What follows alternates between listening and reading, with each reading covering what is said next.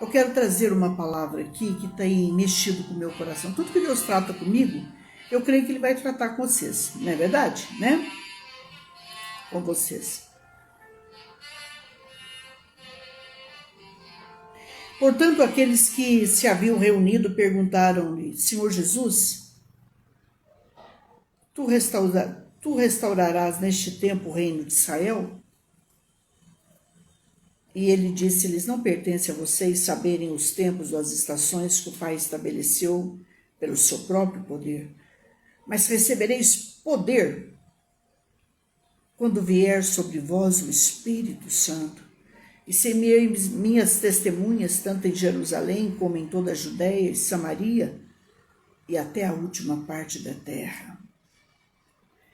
E falado essas coisas, vendo eles, ele foi levado para cima em uma nuvem, o recebeu, ocultando-o a seus olhos. E enquanto eles olhavam firmemente para o céu, enquanto ele subia, eis que 2 homens se puseram junto deles. Olha que coisa forte. 2 homens se puseram junto deles com vestiduras brancas, ouro e glória à paz. E os quais lhe disseram: Homens da Galileia, por que estáis aí parados, olhando para o céu? Esse mesmo Jesus que dentre vós foi levado para o céu, há de vir da mesma maneira que o viste ir para o céu. Queridos, eu quero falar para mim, para você, em nome de Jesus, que Jesus, quando sobe, que Jesus prepara 12 homens, não importa que um pecou, que um caiu, que um se suicidou, que um fez coisa errada, mas no reino de Deus, a porcentagem dos bons, dos melhores, são sempre mais. E ele os prepara, e eles, todos os discípulos que estavam ali com ele, os viram subir. E também viram 2 anjos. Que eu não sei que os olhos deles não estavam assim muito abertos ainda. Eu tenho a minha dúvida que todos eles perceberam que eram 2 anjos. Por isso que eu falo muito que a gente precisa sair na fé, não entende, daquela religiosidade. E a gente precisa entrar na santidade, na consagração, na busca, na intercessão, no louvor, na adoração. Por que, Adriana, Maria Salete? Porque senão a gente não vai perceber o agir de Deus. Jesus, durante 3 anos e 6 meses, eles perceberam que Jesus era o quê? Um profeta de Deus, um homem que tinha dons extraordinários, sobrenaturais. Mas eles também já tinham ouvido falar de Elias, de Eliseu, entende? E de outros. E aí? O sobrenatural comeu com eles, dormiu com eles, se vestiu com eles, andou à beira do mar da Galileia com eles, e eles não perceberam. Porque os olhos deles ainda não estavam abertos. Como pastora Solange, sim, eles viram Ana Siqueira, eles viram o pastor Júlio e outros aqui, eles viram paralítico andar, cego enxergar, mudo falar, surdo ouvir. Eles viram leproso ser limpo, morto ressuscitar, gente, pelo amor de Deus. Mas eles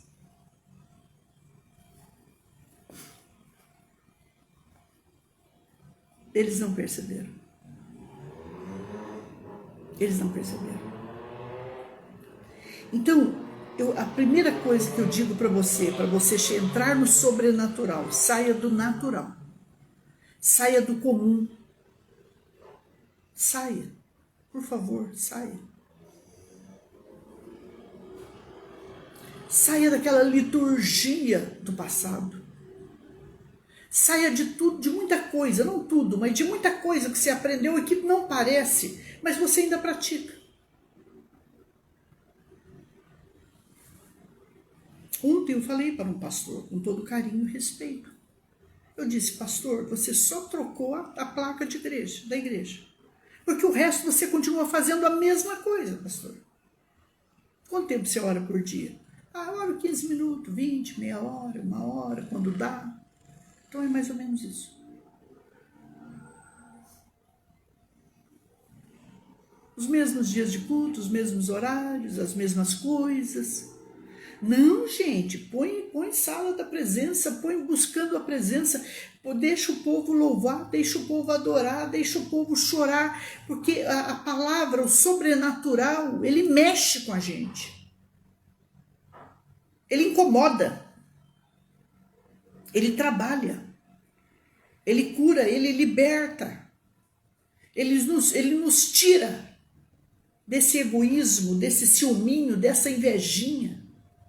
A religiosidade é assim, se tem uma adoradora na igreja, se Deus levantar a outra pessoa, ou até da família da pessoa, se Deus levanta, por exemplo, o tio, a prima, já é inveja de mim.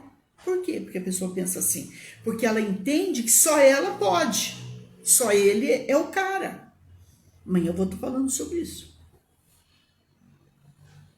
Eu tenho ouvido em aconselhamento muito isso.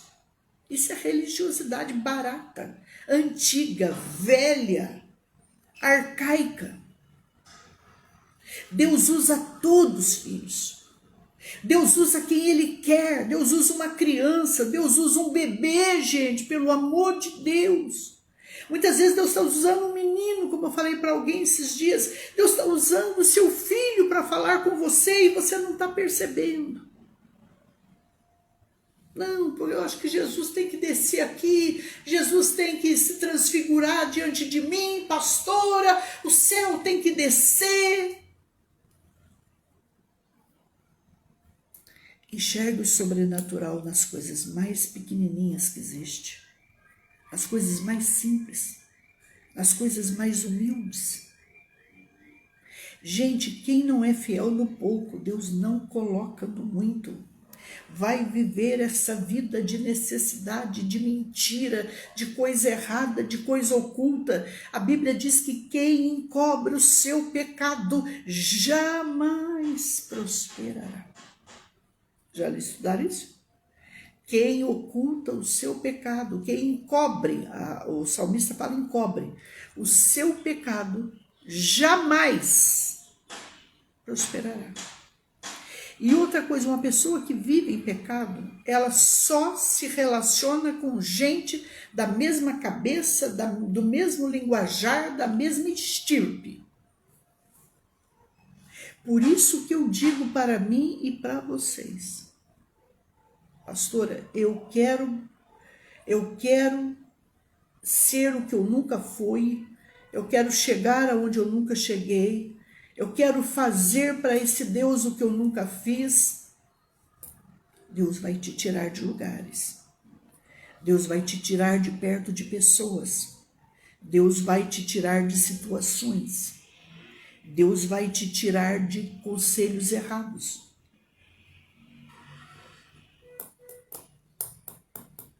Vocês me entendem? Yes. Quando perguntaram para Jesus, o senhor é aquele que vai vir fazer tal, tal, tal, ele falou, não pertence a vocês saber isso.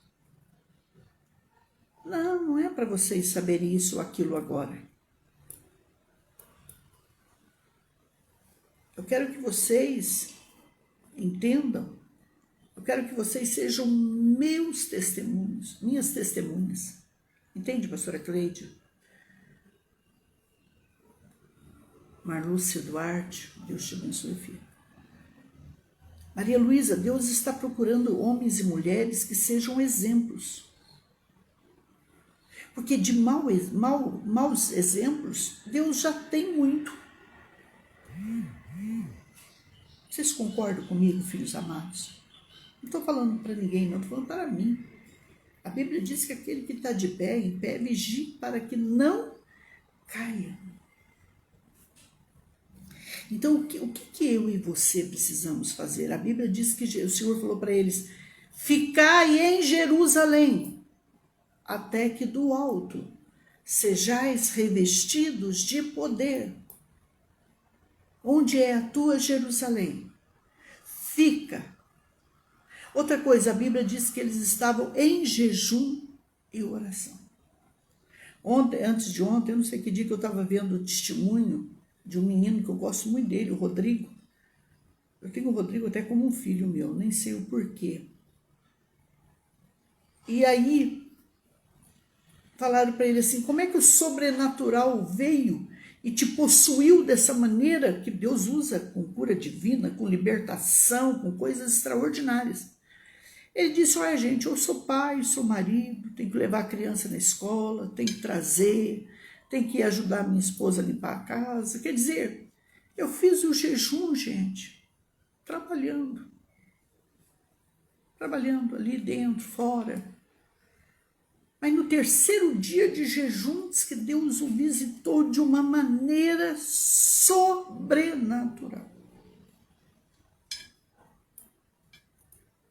Jejum. Só que o grande problema nosso é que a gente sempre faz o jejum para ganhar o carro, a casa, a promoção, o casamento, a família. O que vocês acham da gente começar a fazer um jejum para a gente ser o que Deus projetou para nós? O que Deus predestinou para nós, além da salvação? Para a gente se aproximar mais de Deus, para a gente receber mais de Deus. Esses tempos atrás, eu aconselhando alguém, eu falei: escuta, você tirou férias, mas e aí, o seu tempo de oração para Jesus? Não, pastor, agora eu vou curtir praia, vou curtir camarão, vou curtir casquinha de siri, vou curtir altas ondas. Agora, pastor, eu quero porque eu quero me divertir, descansar. Deixa eu alertar uma coisa importante aqui: de Deus não se tira férias. A gente pode tirar de uma igreja, de um ministério, é bom, é necessário isso, tá? É necessário. Mas de Deus, da sua presença, tirar férias é perigoso.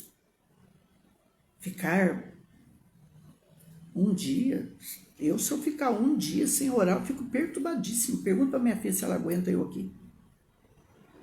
Nossa, só tá falando sério. Não, tô falando sério. Porque vocês não sabem a luta que eu passo.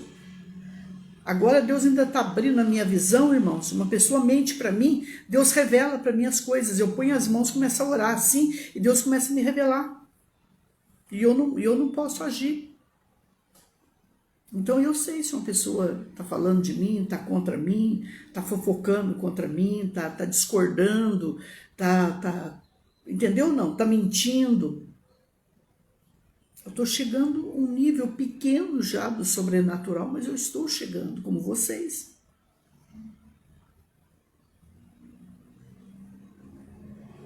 Pastor, eu não consigo ficar sem orar. Se tem uma coisa que eu não consigo, irmãos, é ficar longe da presença. Eu não consigo. Agora, como que nós vamos chegar ao sobrenatural com tanta coisinha que precisa ser arrumada, com uma casa toda desarrumada? Quando eu falo casa, eu falo a minha vida, que precisa ser faxinada, que precisa ser olhada em cada cômodo, cada coisinha, sabe? O que você pensa é um cômodo, o que você fala é um cômodo, o que você ouve é um cômodo, os seus pensamentos é um cômodo, aquilo que você tem guardado é outro cômodo. Então nós temos, meus amores, é com amor que eu falo, mas eu preciso falar isso para a minha vida e para a tua, que a gente precisa de um tempo na presença por dia, e todo dia, e sem cessar, para a gente buscar em Deus o que precisa ser arrumado na minha vida e na tua. Fica aqui um toque, uma sugestão.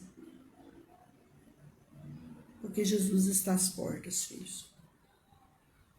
Nós estamos aí sendo machucados de 5 em 5 minutos. Isso é fato. É só coisinha errada aqui, coisinha errada ali, coisinha errada ali. E você imagina se você é aquela pessoa que gosta das coisas no lugar, das coisas organizadas, você sofre. E a gente precisa estar em espírito de oração. Orar em espírito o tempo todo. Adorá-lo na beleza da sua santidade. Então, ficar em Jerusalém. Eu quero falar uma coisa muito importante. Você é mais importante que o seu ministério, que a sua empresa, que tudo que você tem, que tudo que Deus confiou em sua mão. Como é que está você? Como é que está a tua Jerusalém? Ficai. Não tenham pressa. Até que Deus te toque, te unja, te revele, te fale, te ministre.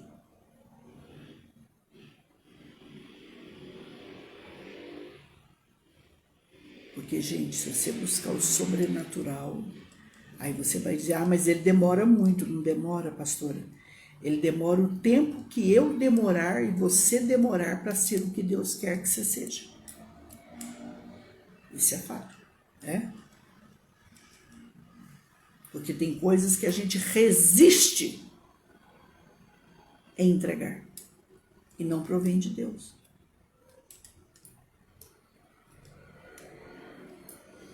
Então, não resistamos.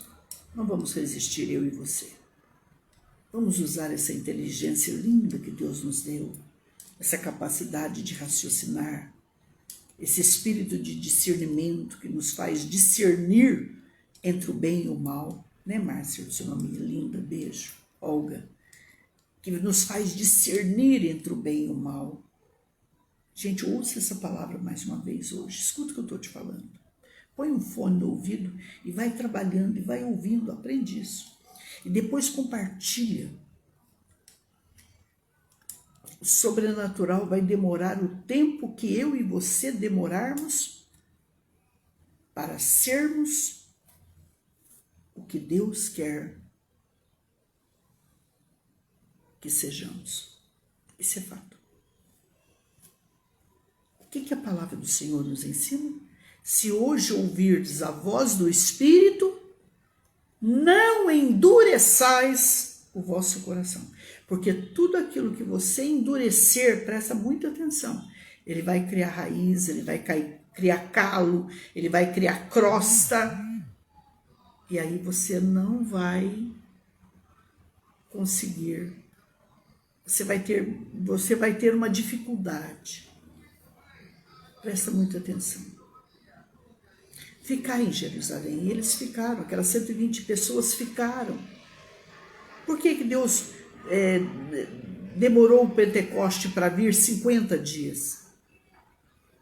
Você tem que parar e pensar. Por que 50 dias, pastora? É porque foi na festa de Pentecoste, das primícias, pastora. Não, eles também precisavam se preparar.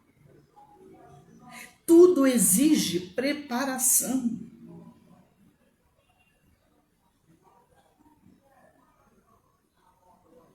Eles precisavam se curar, se libertar, se preparar. Eram homens de medo, gente. Eram homens nervosos, eram homens raivosos, eram homens que falavam palavrões, eram homens de briga, eram pescadores incultos, que depois escreveram cartas, epístolas. Então, quer dizer, eles tiveram que se unir, as mulheres, as esposas, as pessoas. Ali estavam pessoas que seguiram o Senhor Jesus e, em primeiro lugar, obedeceram um mandamento, uma ordem de Jesus: ficar em Jerusalém até que do alto sejais revestidos de poder. Pastora, mas eu posso, por exemplo, fazer uma campanha de muitas horas por dia e fazer na religiosidade apenas? Talvez vocês me façam essa pergunta. Ninguém me fez aí, mas eu respondo, pode. E a vida não muda. Até que você peça para o Espírito de Deus abrir os teus olhos e os meus, abrir o nosso entendimento, filhos. E a gente enxergue em Cristo Jesus aonde a gente precisa mudar. O que Deus quer de nós, o que não dá mais, o que precisa melhorar. Porque senão, irmãos, nós vamos ficar com as mesmas coisas de criança. Amanhã eu vou estar falando sobre isso. Velhos na fé, velhos mais crianças. Então eu preciso marcar esse tema, Mar. Velhos mais crianças na fé. Velhos mais crianças na fé. Duro, né? Triste. Mas é o que mais a gente vê hoje. Velhos, mas crianças na fé. Qualquer coisa que você fala, eu fico machucadinho, fico tristinho, faço carinha feia, vou procurar outro lugar, vou procurar outro anjo, vou procurar outra cobertura, essa não me serve. Aí a gente fala para Jesus, Jesus, e agora? Ah, mas nem eu sirvo para ele, para ela. Está parecendo Jesus lá em Nazaré, abriu a palavra verdadeira, foi pregar, o Espírito do Senhor está sobre mim, em Isaías. Eles não aguentaram, ele falou, você é aquele que viria? Não, fora daqui. Eu creio que Jesus olhou na caminhada, virou as costas, que eles iam arremessar Jesus, eles iam jogar Jesus, eu conheci esse monte. No monte mais alto de Nazaré, eles iam jogar Jesus na pirambeira abaixo. A Bíblia diz que o Espírito do Senhor veio, Urialabás, esconde Jesus, aleluia, e ele sai. Dali ele foi para Galileia. Foi para um lugar fácil? Não. Foi para o lugar que precisava dele. Eu acho que Jesus, quando foi indo, falou, Pai, me expulsaram daqui, Pai, não me quiseram aqui. Acho que o pai também falou para ele, olha filho, nem eu também posso entrar aí. Eu não posso ser membro aí não. Eu não posso ser o senhor desta casa, desse altar. Irmãos, guarde uma coisa que o Espírito Santo está falando, ele está falando muitos códigos aqui. Enquanto ele não for o senhor do altar e o senhor da sua vida, a empresa, a casa, o casamento, o ministério, ele está centralizado só em você. Você não enxerga mais talento nenhum ao seu lado. Você não trabalha, você não senta ali e não aconselha. Por quê, pastor? Porque só eu sou santo.